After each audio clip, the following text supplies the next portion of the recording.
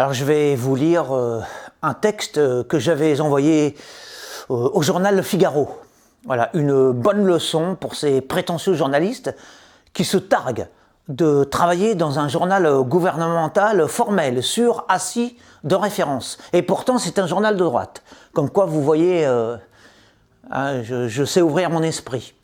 Sachons de temps à autre railler les si conventionnels et trop habituels héros de notre panthéon littéraire. Monsieur Beaumarchais, je vous tiens tête.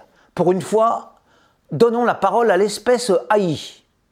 Figaro, parce que vous n'êtes qu'un domestique, vous pensez valoir votre maître à qui vous devez tout. Et si vous vous enorgueillissez d'avoir de la réflexion, je vous rappelle que vous n'avez point d'héritage, et encore moins de noblesse. Je puis me glorifier, moi, d'être bien né. Mais vous, qu'avez-vous à opposer à mon nom à rallonge, monsieur le beau parleur? S'il est vrai que tout lord de royaume ne saurait donner de la lumière à un honnête homme, il est également vrai que tout l'éclat de l'univers ne saurait pour autant changer un valet en marquis. Larbin vous êtes, larbin vous demeurerez. Votre cervelle, m'entendez-vous? Votre cervelle, Figaro, ne pourra jamais rien y faire. Vous me devez obéissance, respect, reconnaissance. Je suis votre ministre. Sans moi, vous n'êtes rien. Vous êtes mon cocher, et si je n'étais pas là pour entretenir votre mauvaise graisse de manant, vous n'auriez pas l'occasion d'avoir tant de raison et si peu de modestie.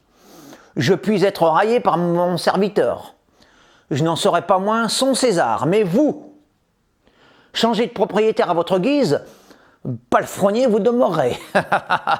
Vous avez de la pensée, cependant vous n'avez ni argent, ni château, ni titre, ni rien de ce qui fait que je suis pour vous ce sujet de joyeuse raillerie.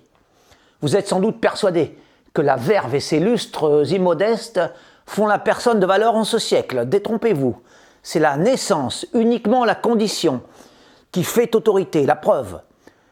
Vous n'êtes digne que de corvée et vous êtes bien peu, tandis que je suis votre souverain, bien mieux loti que vous, en vertu de mes écus, de ma lignée. Et si vous supposez que mon trésor et ma hauteur ne valent rien, que fais-je en si haute position? Et si toute cette rêverie, logée sous votre bonnet de boniche, valait réellement plus que mon statut et mon succès, que faites-vous donc ici, costumé en portier? Vous faites le procès des privilèges injustes, de la richesse facile, du luxe honteux, de la bêtise de vos supérieurs. Mais monsieur, que feriez-vous si, comme moi, vous étiez arrivé au monde dans la soie, roulant en carrosse sans l'avoir mérité autrement que par la grâce d'être bien né, banquetant 3 fois par jour sans autre cause que celle qu'il faut bien manger pour demeurer en vie, dansant tous les soirs au bal en galante société parce qu'il faut bien remplir les jours qu'il nous est donné de vivre? Que feriez-vous d'autre? De l'esprit, vous croyez? Certes pas. Vous tiendrez ce semblable discours, trop jaloux de l'abondance tombée du ciel sur votre tête. Le sort vous a placé dans l'écurie et du haut de vos inutiles clartés dont vous faites si grand cas. Vous frondez votre monarque, mais au fond de votre cœur médiocre, vous auriez bien mieux aimé être à ma place. Si à vos yeux, il faut mériter les honneurs non par l'extraction, mais par la vertu, le travail et la religion, quel lot réserveriez-vous à ceux qui n'ont pas votre chance d'avoir de l'opinion, et qui en outre n'ont comme moi ni vertu, ni courage, ni religion? Vous feriez mettre les seigneurs au service de leur domesticité, sans doute? Et au nom de quoi la valetaille mériterait une telle faveur? Ainsi, il suffirait d'être un roturier de votre espèce pour s'arroger le droit de faire la loi parmi les belles gens argentés et titrés. Est-ce donc là votre jolie conception de l'ordre des choses?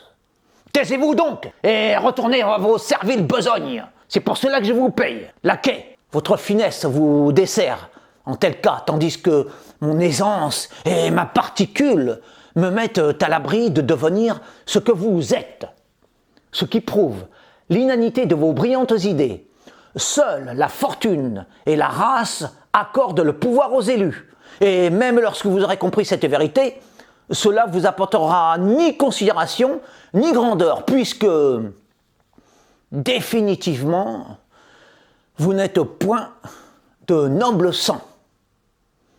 Alors voilà, c'était ma réponse à ce prétentieux de Beaumarchais.